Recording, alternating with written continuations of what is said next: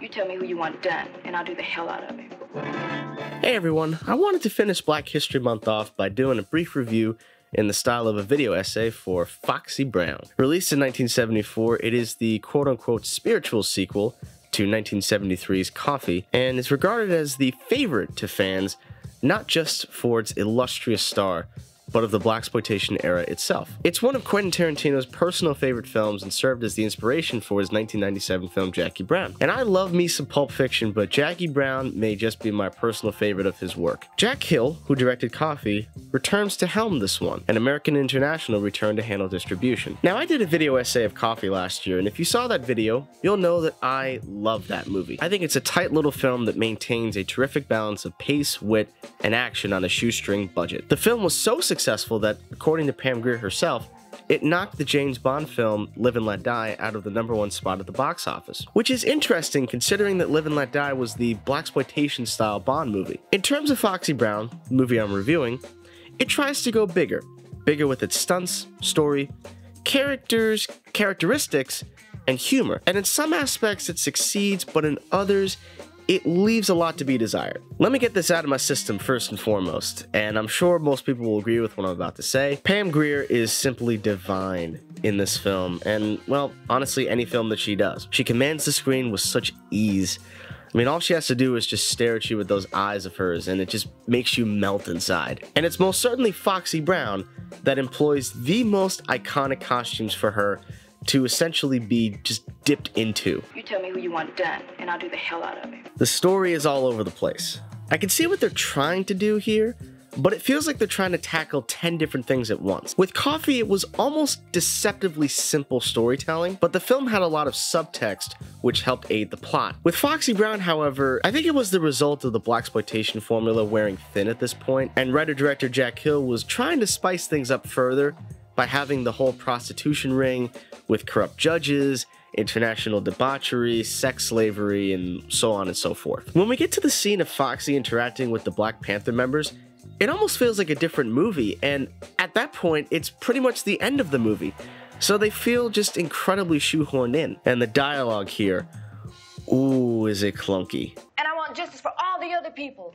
whose lives are bought and sold, so that a few big shots can climb up on their backs and laugh at the law and laugh at human decency.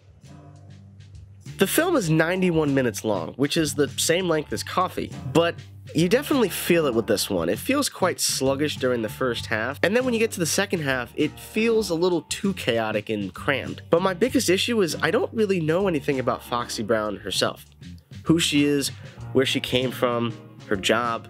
Nothing is ever properly explained to us about her. The furthest we know is that she has a drug-addicted brother and a boyfriend who had previously worked in law enforcement but has got plastic surgery now to make him look different. Now, the original idea was to have Coffy and Foxy Brown be one and the same character, but for some reason at the last minute they just dropped the idea. The IMDb synopsis describes her as a voluptuous vigilante, and while the voluptuous part is most certainly true, there really isn't anything to latch onto in terms of character development. I will say this though, the action, which I was very critical of in my Coffy review, has definitely improved here. I think my favorite sequence is the bar fight, because it features one of the funniest quips and retorts I've ever heard. Before you start talking tough, I better warn you, I got a black belt in karate.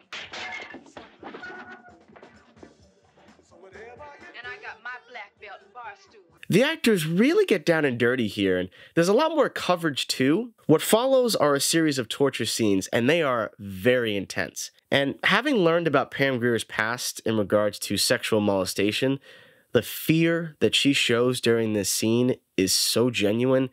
That terror and vulnerability, it's translated perfectly on camera. And it makes it that much more satisfying when she gets her revenge in the following scene. The end of Foxy Brown is possibly the most iconic end of a blaxploitation film. It's definitely more iconic than Coffy, for sure. It's got one of my favorite lines ever said in the feature. Don't pinch the fruit, faggot. And then she pulls the gun out of her afro.